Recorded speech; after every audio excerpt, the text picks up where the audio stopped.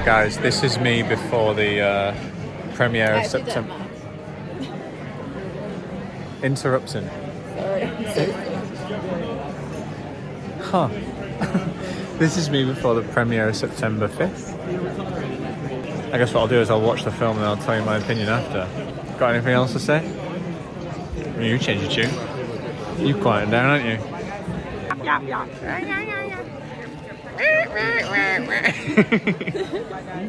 What's this angle? It's so... Do it? Some Pingu. There's a bottle of water in the seat in front of me, and it looks like no one's going to sit there. And if they don't, I'm stealing the water. Mark my words. I'm just going to hand through. And the popcorn and the oat milk chocolate bar.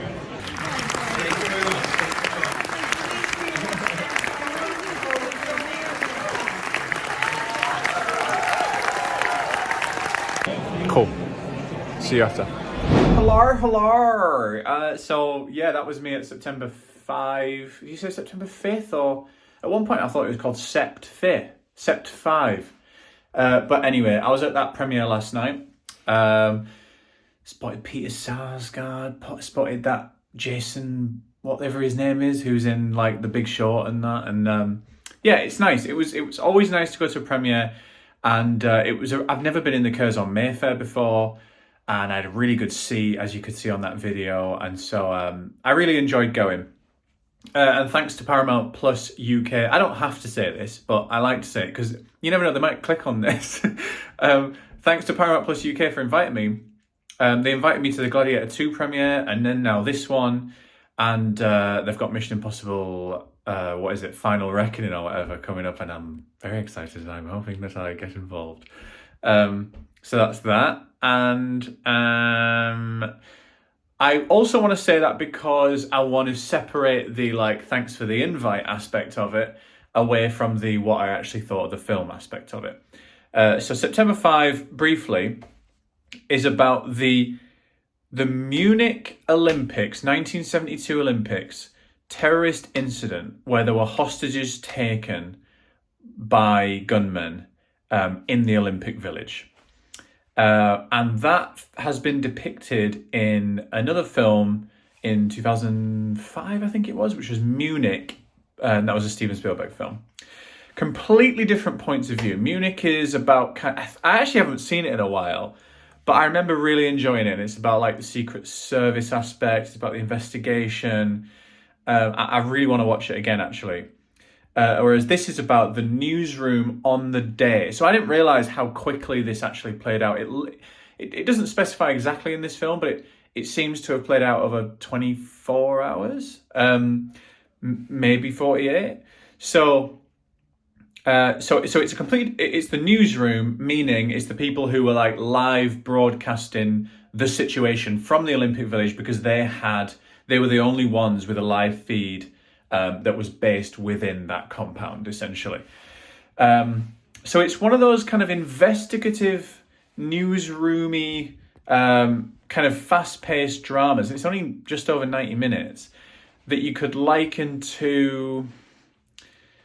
Well, obviously there's Network, and there was the TV show called The Newsroom and things like that. So in terms of live telly, that's what you would say.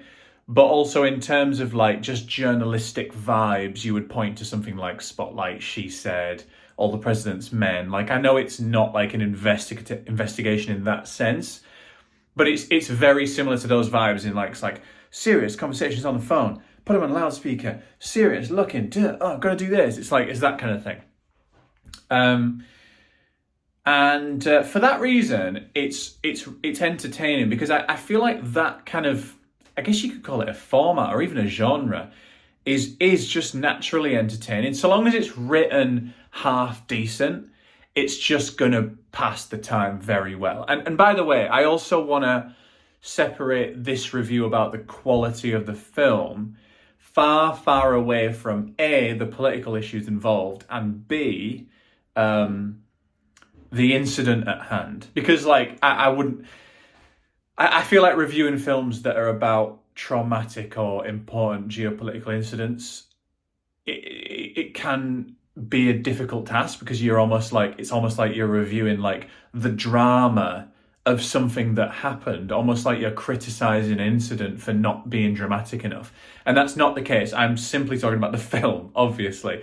So, and the reason it's important to say that is because I don't think this felt climactic enough as a film. I didn't feel that crescendo. And given it was so short, it was 95 minutes, like I say, I didn't feel the ramp up as much as I would like, and I didn't feel the peak.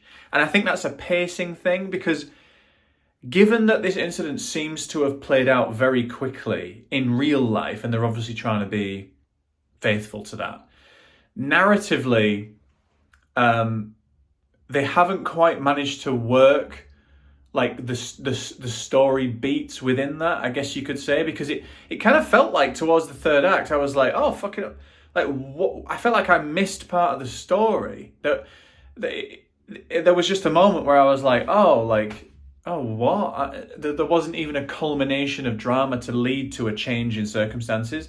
And I was really kind of wrong-footed by that, because I don't know the real story that well. And like I say, I can't remember the Munich film. What I would also say was, it's ironic that given this film is based in the compound, like within the Olympic Village, and it's supposed to be like a depiction of the people who were closest to the action and therefore, at the coalface of the incident, like really visceral experience for them and blah, blah, blah, blah. It's ironic that it actually felt really removed. And I wonder if it's a budget issue, actually, which I hate to say. But I wonder if it's like, I actually didn't really get that sense of the panic outside the newsroom. You get those kind of like, what would you call it? Like a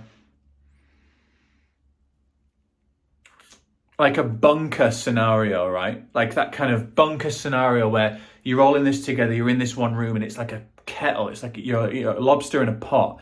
And I didn't get that lobster in a pot vibe of like, the script was trying to give it, and the performances were decent. And I love Peter Sarsgaard, but that kind of like bubbling, rising tension just didn't hit me, even if it was attempting to.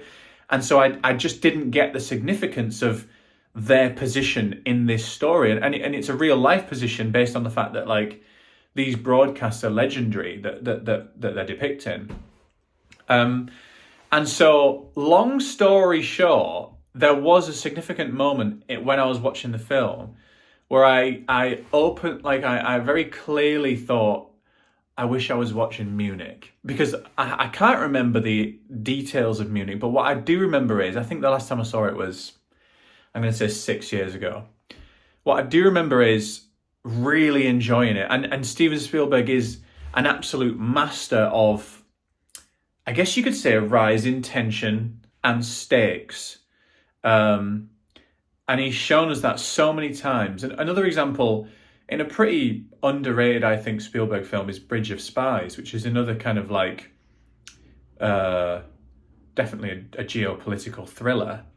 But it's mainly based around conversations and drama, and you really get that sense of rising tension in that. And Munich is exactly the same, and a film like The Post as well, for example. Like when Spielberg's in like third gear, he just betters something like September 5th easily. And I'm going to go back and watch Munich because I'm excited to learn more about the story, but also kind of quench my thirst for like. I want to quench my thirst for feeling the drama of this. Again, purely from a film critique's point of view, that I didn't get watching September 5th. But I do think it's a passable drama, and I do think I didn't feel bored, and it went by so fast that there isn't really time to nitpick necessarily. But it certainly felt forgettable, unfortunately, and I'm not surprised that it hasn't performed well in Oscar nominations, despite it ostensibly being like quite an Oscar-worthy film. So, Yeah, I was underwhelmed. I was really underwhelmed, and I actually had tickets booked to go see Saturday Night Today, which is that kind of like real time drama about an SNL, the first night of SNL. And I've cancelled my tickets because I was like, I don't think I can stomach 2 days in a row, like two real time, one location, frenetic, angsty films that potentially are underwhelming, because I've heard Saturday Night is underwhelming as well. And so, yeah, it's actually kind of it's actually kind of turned me off for 24 hours, which isn't a good sign. So, yeah, I was underwhelmed, and I gave September 5th a 3 out of 5 on my Letterboxd, which go and follow me on Letterboxd. But I think if I were to rewatch it, it would probably dip down to a 2.5, and I think that was probably the afterglow of the premiere making me give it a 3, really. But is what it is. Thanks for watching. Like I say, go follow me on Letterboxd, and on this very YouTube channel you're watching this, you can find Let's Write a Screenplay, which is me and my mate Ian trying to write a horror screenplay from scratch, on camera, episode by episode, and we're wanting feedback from the audience. So if you haven't already watched that, go and watch it. It's the kind of thing you can just dip in from wherever we are. I think people are concerned that they have to like watch from the start or something. Just dip in. It's like ASMR, just listening to two guys like brainstorm. And yeah, I think it's a really fun project, so get on board if you haven't already. Thanks very much, and see you next time.